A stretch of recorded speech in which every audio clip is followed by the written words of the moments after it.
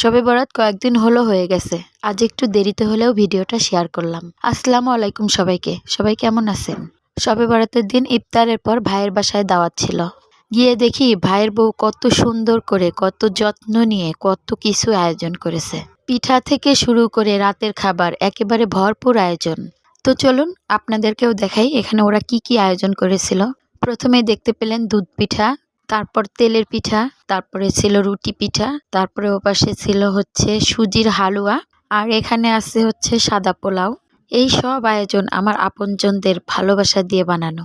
আর এখানে আছে বেগুন ভাজা, বেগুন ভাজার উপরে কিছু শুকনা মরিচ ভাজা, আর এখানে আছে সালাদ, শসা, লেবু, টমেটো, আর হচ্ছে গাজরের সালাদ, তারপরে আলু ভাজি, আর এখানে আছে চিংড়ি মাছ ভুনা, আর এপাশে আছে হচ্ছে ব্রয়লার মুরগির মাংস, এখানে আছে হচ্ছে গরুর মাংস, আর এপাশে আছে ইলিশ মাছ ভাজা, তার উপরেও কিছু শুকনা মরিচ ভেজে রাখা, আর এপাশে আছে হচ্ছে ডিম।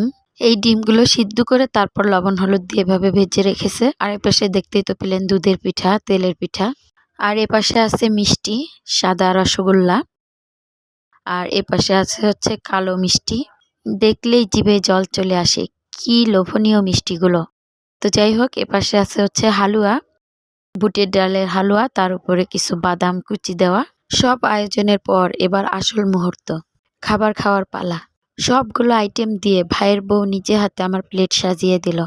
এক প্লেটে এত রকম আইটেম, দেখলে বোঝা যায় কত কষ্ট আর মমতা আছে। এমন করে খাওয়ালে খাবারের স্বাদ যে দ্বিগুণ হয়ে যায়। পরিবারের মানুষদের হাতে এমন যত্ন পাওয়া সত্যিই শান্তির।